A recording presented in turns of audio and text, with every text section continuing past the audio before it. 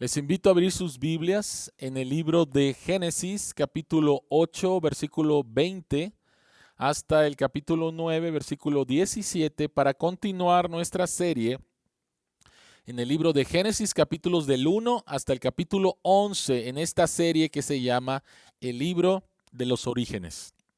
Génesis capítulo 8, versículo 20 hasta el capítulo 9, versículo 17. Este es el mensaje número 15 que se llama preservación de vida. Esta es la palabra de Dios. Génesis capítulo 8, versículo 20 dice: Luego Noé construyó un altar al Señor y sobre ese altar ofreció como holocausto animales puros y aves puras. Cuando el Señor percibió el grato aroma, se dijo a sí mismo: aunque las intenciones del ser humano son perversas desde su juventud, nunca más volveré a maldecir la tierra por culpa suya.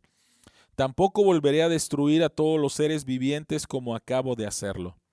Mientras la tierra exista, habrá siembra y cosecha, frío y calor, verano e invierno, y días y noches. Capítulo 9. Dios bendijo a Noé y a sus hijos con estas palabras: sean fecundos, multiplíquense y llenen la tierra. Todos los animales de la tierra sentirán temor y respeto ante ustedes. Las aves, las bestias salvajes, los animales que se arrastran por el suelo y los peces del mar, todos estarán bajo su dominio. Todo lo que se mueve y tiene vida, al igual que las verduras, les servirá de alimento. Yo les doy todo esto, pero no deben comer carne con su vida, es decir, con su sangre. Por cierto, de la sangre de ustedes yo habré de pedirles cuentas. A todos los animales y a todos los seres humanos les pediré cuentas de la vida de sus semejantes. Si alguien derrama la sangre de un ser humano, otro ser humano derramará la suya, porque el ser humano ha sido creado a imagen de Dios mismo. En cuanto a ustedes, sean fecundos y multiplíquense. Sí, multiplíquense y llenen la tierra. Dios les habló otra vez a Noé y a sus hijos y les dijo: yo establezco mi pacto con ustedes, con sus descendientes y con todos los seres vivientes que están con ustedes, es decir, con todos los seres vivientes de la tierra que salieron del arca, las aves y los animales domésticos y salvajes. Este es mi pacto con ustedes. Nunca más serán exterminados los seres humanos por un diluvio. Nunca más habrá un diluvio que destruya la tierra. Y Dios añadió: esta es la señal del pacto que establezco para siempre con ustedes y con todos los seres vivientes que los acompañan. He colocado mi arco iris en las nubes, el cual servirá como señal de mi pacto con la tierra. Cuando yo cubra la tierra de nubes y en ellas aparezca el arco iris, me acordaré del pacto que he establecido con ustedes y con todos los seres vivientes. Nunca más las aguas se convertirán en un diluvio para destruir a todos los mortales. Cada vez que aparezca el arco iris entre las nubes, yo lo veré y me acordaré del pacto que establecí para siempre con todos los seres vivientes que hay sobre la tierra. Dios concluyó diciéndole a Noé: este es el pacto que establezco con todos los seres vivientes que hay en la tierra. Oremos. Señor que estás en los cielos, nuevamente al acercarnos a tu palabra, queremos pedirte que abras nuestros ojos para ver las maravillas que hay en tu ley y que tu Espíritu Santo nos guíe a toda la verdad del Evangelio y pueda aplicarla a nuestro corazón y seamos transformados. En tu nombre oramos. Amén. Amén. Creo que la mayoría de nosotros pensábamos que lo más difícil de la pandemia, lo más difícil de enfrentar el COVID había pasado. Algunas semanas antes era evidente cómo el número de contagiados, cómo el número de muertos había descendido en nuestro país. Y esto era también porque el plan de vacunación empezó en nuestro país y ha continuado avanzando y avanzando. Entonces, creo que muchos de nosotros pensamos lo más difícil ya pasó. tristemente duró muy poco tiempo. La Ciudad de México estuvimos en semáforo verde y duró muy poco, muy poco. ¿Por qué? Porque empezaron a salir nuevas variantes del COVID y la variante Delta, como ustedes saben, ha estado causando destrozos. Llevamos aquí en México aproximadamente ya 250,000 de personas muertas en las cifras oficiales. Lo más seguro es que sean más de 400,000 personas. Y en el mundo llevamos ya 4,347,000 muertos aproximadamente. Y la pregunta es, ¿cuándo va a parar todo esto? Yo pensaba que ya iba a terminar, que ya mi vida estaba a salvo. Y de repente aparece una nueva variante. Y aquí en la iglesia hemos visto en las últimas semanas cómo personas se han contagiado. Algunas personas ya habían sido vacunadas y sin embargo se contagiaron y padecieron todos los síntomas del COVID.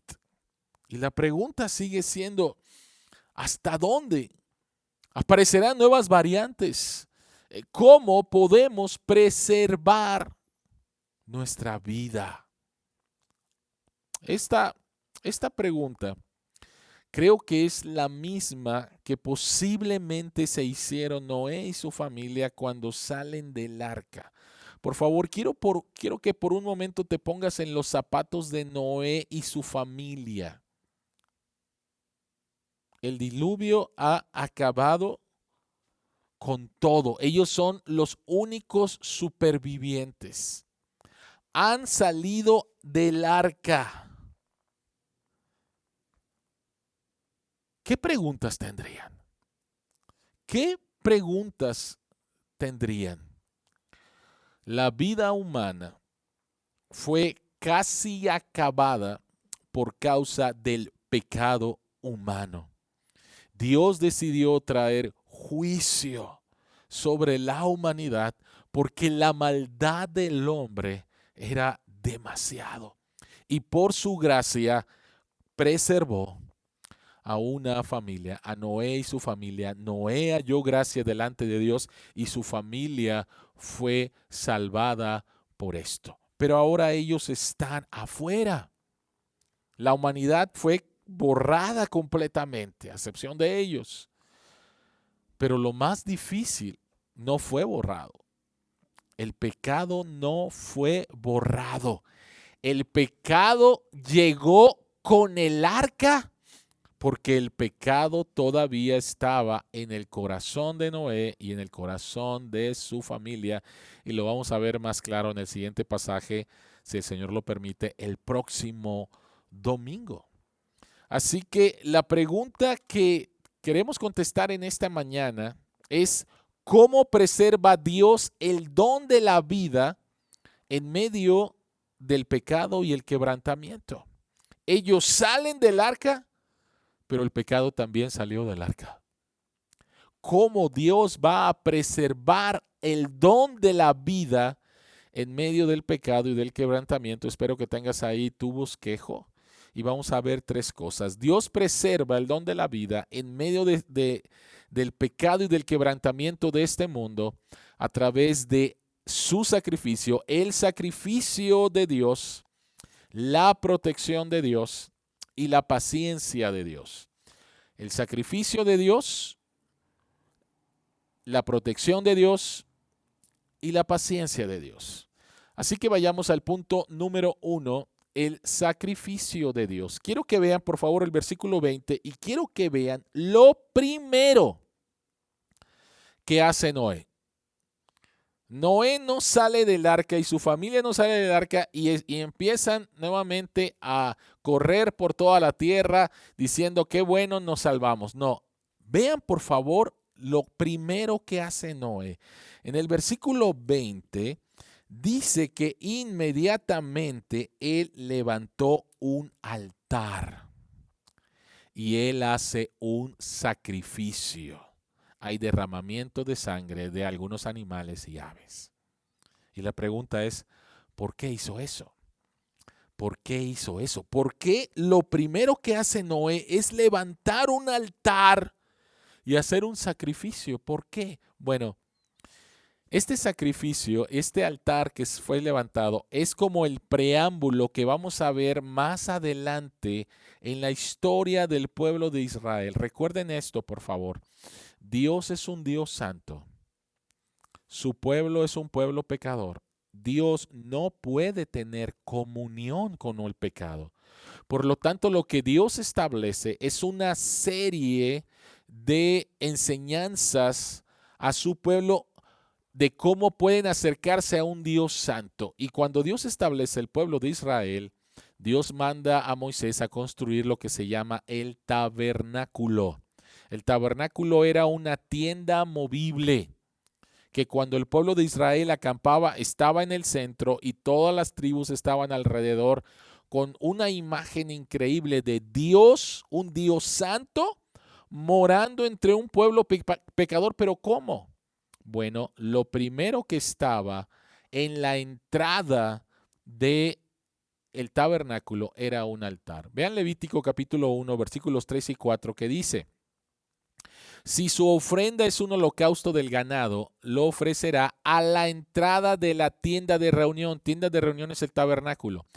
Para que sea aceptado delante del Señor, pondrá su mano sobre la cabeza del holocausto y le será aceptado para hacer expiación por él. Entonces lo que vemos es que la manera en la cual el pueblo de Dios se iba a acercar a un Dios santo era a través de un sacrificio. Había un altar en la entrada. Y entonces tú llevabas el animal, ponías tus manos sobre la cabeza del animal y esto simbolizaba la transmisión de tus pecados sobre el animal, sobre un sustituto. Y entonces el animal era sacrificado en el altar y la sangre era derramada sobre el altar también. La manera más increíble de ver esto era ahí mismo en el tabernáculo. En el tabernáculo había un lugar que se llamaba el lugar santísimo. Ahí no podía entrar absolutamente nadie a excepción del sumo sacerdote y solamente una vez en el año. Y en el lugar santísimo se encontraba el arca del pacto. El arca del pacto era una caja de madera cubierta de oro y la tapa de esta arca se llama el propiciatorio. Esta tapa estaba formada también por unos querubines y simbolizaba la misma presencia de Dios. Ahora, ¿qué es lo que estaba dentro del arca? Dentro del arca estaban las tablas de la ley. Entonces, un Dios santo, viendo su ley que había sido quebrantada por su pueblo, y lo que pasaba en el día de la expiación es que el sumo sacerdote entraba al lugar santísimo y rociaba con sangre la tapa, el propiciatorio.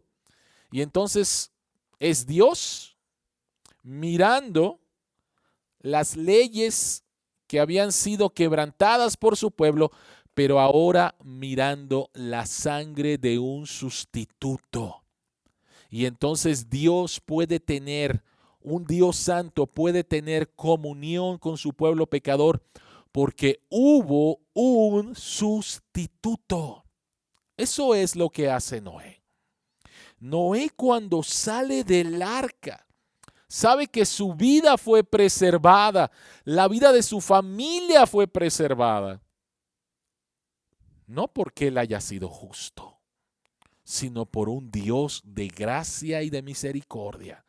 Y sabe que para continuar teniendo comunión con Dios, para que su vida sea preservada, es necesario un sacrificio delante de Dios. Es necesario un sustituto por sus pecados. Y esto es la razón por la cual Noé levanta ese altar y levanta esa ofrenda, ese sacrificio delante de Dios.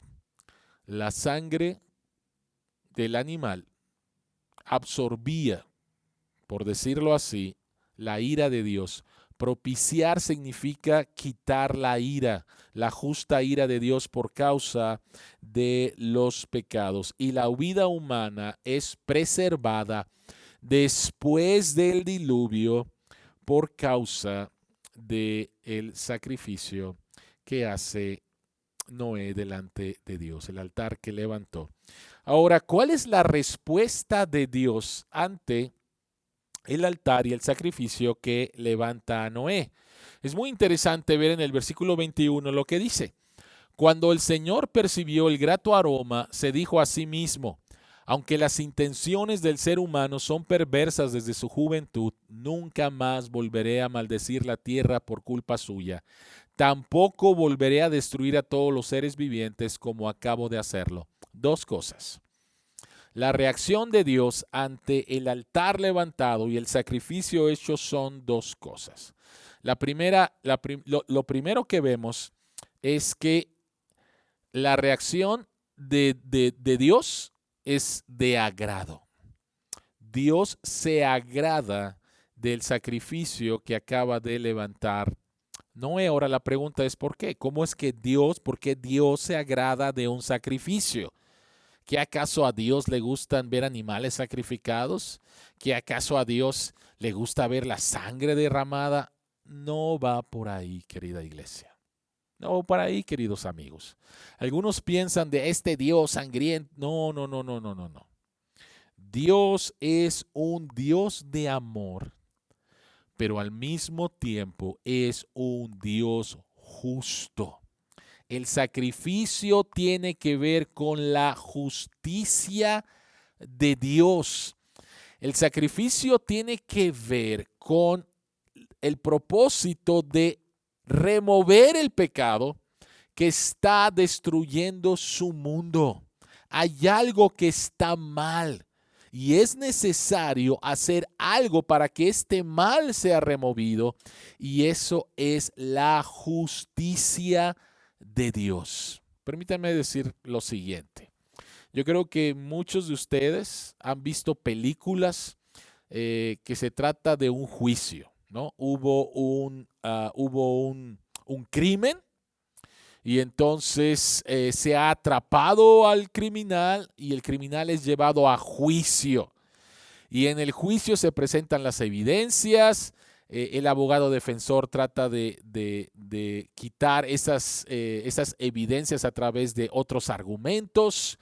Y llegamos al final, ¿sí? Llegamos al final de la película donde el juez al final va a emitir su veredicto. Este hombre verdaderamente es culpable, así que estamos esperando que el veredicto sea ese.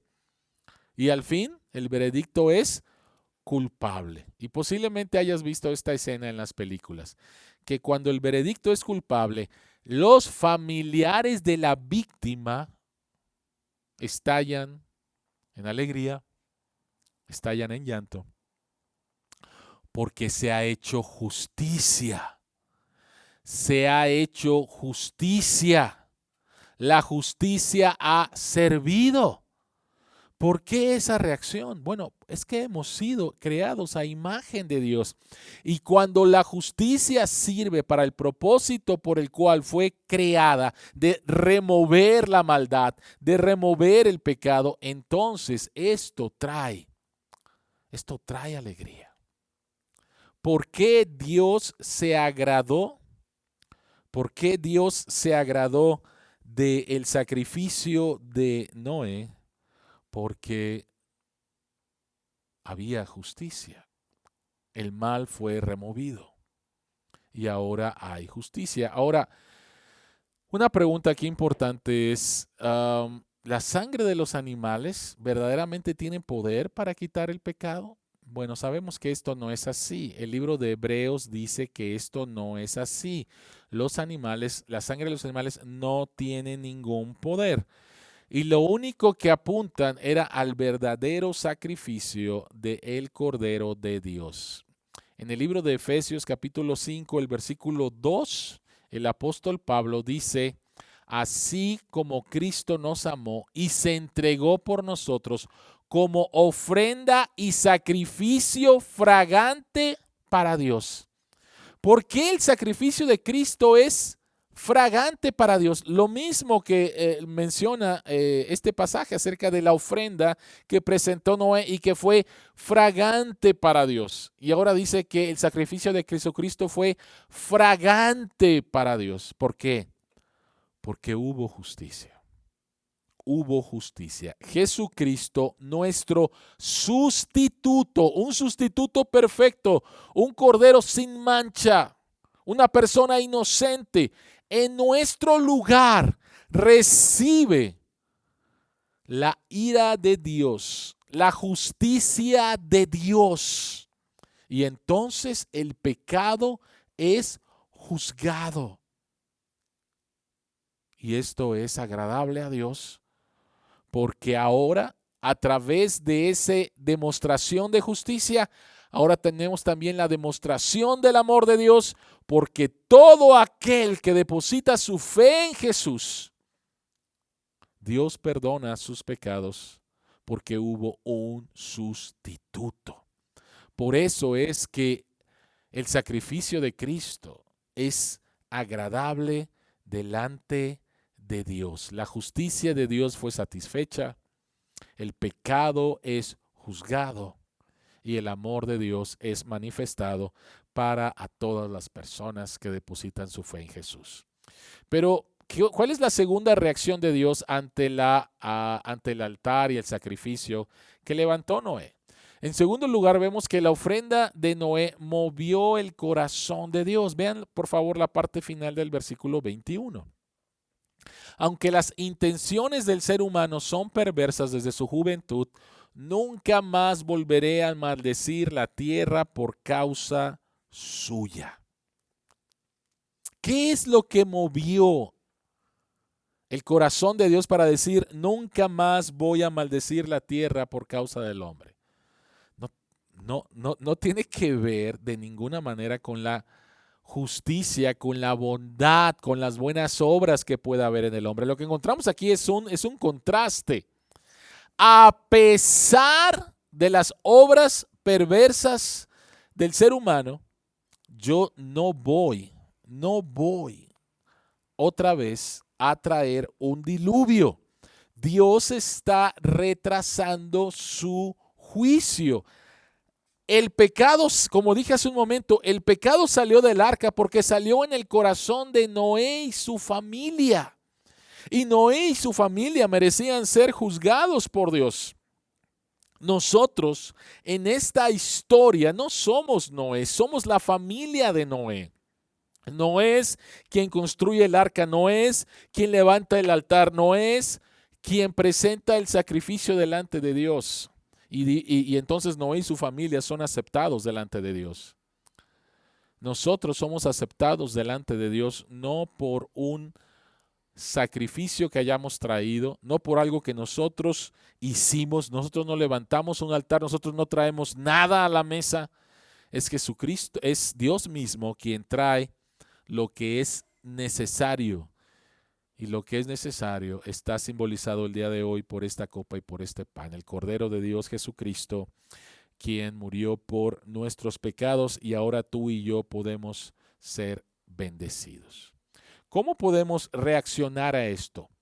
¿Cuál debería de ser tu respuesta a esto? Por favor, ¿qué es lo que traes delante de Dios voy a utilizar la palabra, para sanitizar tu pecado? ¿Qué es lo que traes delante de Dios en pensamiento, en acciones, para tratar de sanitizar tu pecado? Quiero decirte que no sirve absolutamente de nada. Todo esfuerzo que hagas para tratar de sanitizar tu pecado no sirve. Dios te llama a venir delante de Él, a no ocultar tu pecado, a no esconderte, a no justificarlo, sino venir delante de Él porque Dios ya trató con tu pecado en Cristo. Por lo tanto, mira lo que Dios sí te pide. El capítulo 13 del libro de Hebreos dice lo siguiente: así que ofrezcamos continuamente a Dios por medio de Jesucristo un sacrificio de alabanza, es decir, el fruto de labios que confiesan su nombre. ¿Qué es lo que Dios nos pide? Dios no nos pide que vengamos con sacrificios, con mandas, con penitencias, para tratar de sanitizar, para tratar de pagar por nuestros pecados. Ya hubo alguien que pagó por nuestros pecados. El sacrificio que Dios te pide es un sacrificio de alabanza. ¿Qué significa eso? Que por cada mirada que tú le des a tu pecado, debes de darle 10 miradas al sacrificio de Cristo en tu lugar. Por cada momento de introspección con respecto a tu pecado, debes de tener 10 momentos de alabanza delante de Dios, en arrepentimiento, en confesión, apropiándote nuevamente del Evangelio y con alegría, porque ya el Cordero de Dios fue sacrificado una sola vez y para siempre. Y por lo tanto, tú eres agradable delante de Dios porque tú estás en Cristo. Y entonces, un sacrificio de alabanza a nuestro Dios. El único sacrificio que Dios demanda de ti y de mí es el sacrificio de alabanza. Entonces Dios preserva la vida a través del sacrificio que Él hace por medio de su Hijo Jesucristo. En segundo lugar, Dios preserva la vida a través de su protección. Lo que vemos en los versículos del 1 al 2 y del 5 al 6 es que después del diluvio, la humanidad sigue siendo pecadora. Lo que vemos en el versículo 1 del capítulo 9 es que Dios le da a Noé y su familia la misma instrucción que Dios le había dado a Adán y Eva en el principio. El problema es el siguiente. Es la misma instrucción, pero hoy hay un problema: el pecado. Dios le da a Noé y su familia la autoridad sobre toda la creación, pero ahora hay un problema, hay un contexto de miedo. Entonces, el segundo acto de Dios para preservar la vida es poner ordenanzas y leyes para evitar que los hombres se destruyan unos a otros, porque la vida humana es sagrada. La vida humana es sagrada. Y entonces lo que vemos es en los versículos 4 al 6 el carácter sagrado de la vida. ¿Qué es lo que Dios está diciendo? Los versículos dicen: pero no deberán comer carne con sangre, la sangre es vida. Por cierto, de la sangre de ustedes yo habré de pedirles cuentas. A todos los animales y a todos los seres humanos les pediré cuentas de la vida de sus semejantes. Si alguien derrama la sangre de un ser humano, otro ser humano derramará la suya, porque el ser humano ha sido creado a imagen de Dios. Sangre, sangre, sangre. ¿De qué se trata? Bueno, el Levítico capítulo 17, versículo 11 nos ayuda a aclarar esto. Porque la vida de toda criatura está en la sangre. Entonces, lo que Dios hace es darnos ordenanzas, es darnos leyes para que la vida humana sea preservada. Dios nos da esto para nuestra propia protección. ¿Por qué? Porque la vida es sagrada para Dios, porque hemos sido creados a su imagen y semejanza. No importa cómo el pecado ha dañado la vida del ser humano, cada ser humano, desde su concepción hasta la muerte, la vida humana es sagrada. Entonces, ¿qué es lo que hace Dios? ¿Cómo Dios nos protege? Bueno, en los versículos 5 al 6 encontramos que Dios instituye la pena capital para preservar la vida ante la depravación del hombre. Si tú le quitas la vida a un ser humano que ha sido creado a imagen de Dios, Dios dice que esta persona tiene que pagar con su propia vida. Y podemos ver otras clases de leyes y otras clases de ayuda para preservar, para proteger al ser humano. Leyes que han sido creadas por nuestros gobiernos, organizaciones no gubernamentales, tratando de proteger la vida de cada ser humano. Por ejemplo, hay diferentes organizaciones gubernamentales y no gubernamentales batallando, luchando contra el tráfico sexual, tratando de proteger a estas niñas, a estas mujeres, a estos niños en contra de todo esto, preservando, protegiendo la vida de cada una de estas personas. La adopción es otra forma en la cual podemos proteger la vida de niños y niñas que han quedado desamparados. Y por medio de estos esfuerzos, a través de estas leyes, es que Dios protege la vida de cada ser humano, porque cada vida es sagrada delante de Él. La tercera forma en la cual Dios preserva la vida es a través de su paciencia. Y esto lo encontramos en los versículos del 8 al 17. ¿Qué es lo que pasa después? Dice Dios, yo te voy a dar una señal del pacto que acabo de hacer contigo, de que ya no voy a barrer a el ser humano por medio de un diluvio. Te voy a dar una señal. Y la señal es la siguiente. La señal es mi arco, el arco iris. Pero es interesante que la palabra en hebreo describe un arco de un guerrero. Un arco de un guerrero. El diluvio apunta al juicio de Dios por el pecado. Ahora, un arco de un guerrero tiene que ver con lucha, tiene que ver con guerra, tiene que ver con justicia. Pero lo interesante es que el arco de Dios no está apuntando hacia la tierra, hacia el ser humano, sino que el arco de Dios está apuntando hacia el cielo. ¿Qué significa eso? Significa que Dios está retrasando su justicia contra la maldad que sigue haciendo estragos en la vida de sus criaturas. Lo que vemos es la paciencia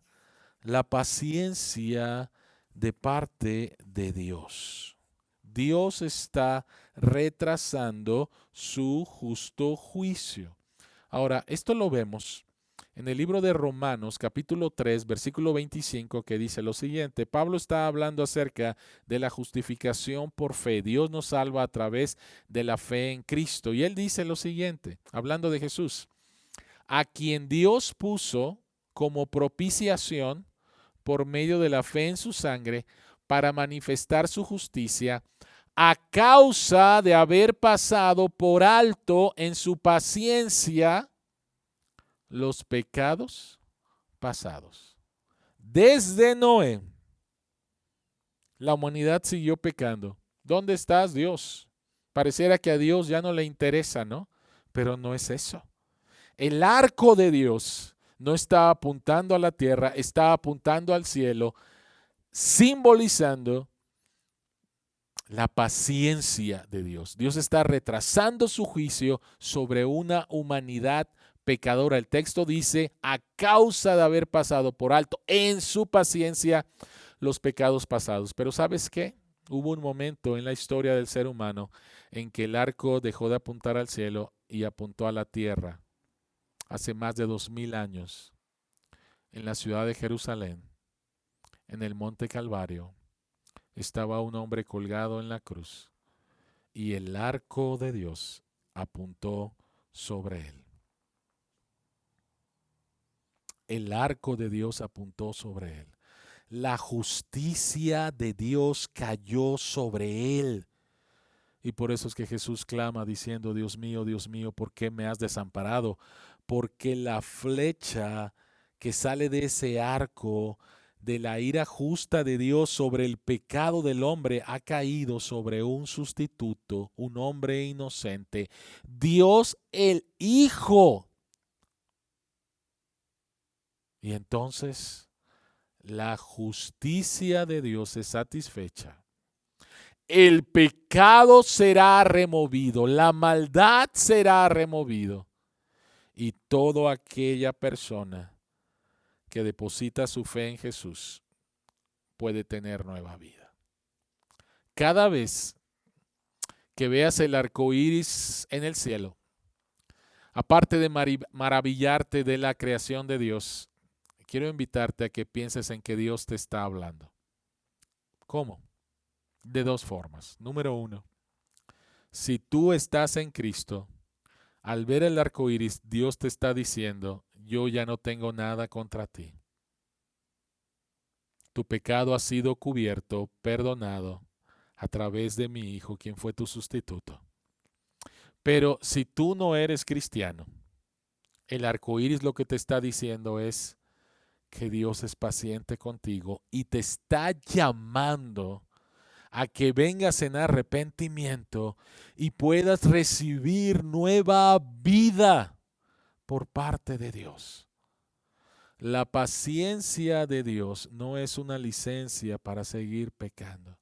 La paciencia de Dios es un llamado que Él te está haciendo para que vengas y experimentes vida en Jesucristo a través del arrepentimiento, la confesión y el apropiarte de lo que hizo el Salvador hace más de 2000 años. Así que la invitación para ti es esta. En medio de esta situación tan difícil que todavía estamos padeciendo, Dios preserva la vida en primer lugar a través del sacrificio de su Hijo Jesucristo, a través de la protección que Él nos da por medio de las leyes que Él ha establecido, y número 3, a través de la paciencia de que el juicio final no ha llegado y Él te está esperando para que seas transformado y tengas vida. Te invito, si todavía no has respondido al llamado de Dios, el día de hoy ven y encontrarás vida. Oremos. Señor que estás en los cielos, te alabamos, te bendecimos, porque a pesar, Señor, de nuestro pecado, tú, Señor, sigues preservando nuestra vida a través de Cristo, a través de las leyes, a través de tu paciencia. Y Señor, en medio de la situación tan difícil que vivimos, en medio de los estragos del COVID, nuestra confianza sigue siendo tú. Tú eres Dios soberano y tú sigues cuidando nuestra vida, estemos sanos o estemos enfermos. Porque ni la vida, ni la muerte, ni las enfermedades, ni principados, ni potestades nos pueden separar de ti, porque estamos en Cristo. Permítenos seguir compartiendo este mensaje a otros, Señor. En el nombre de Jesús oramos. Amén.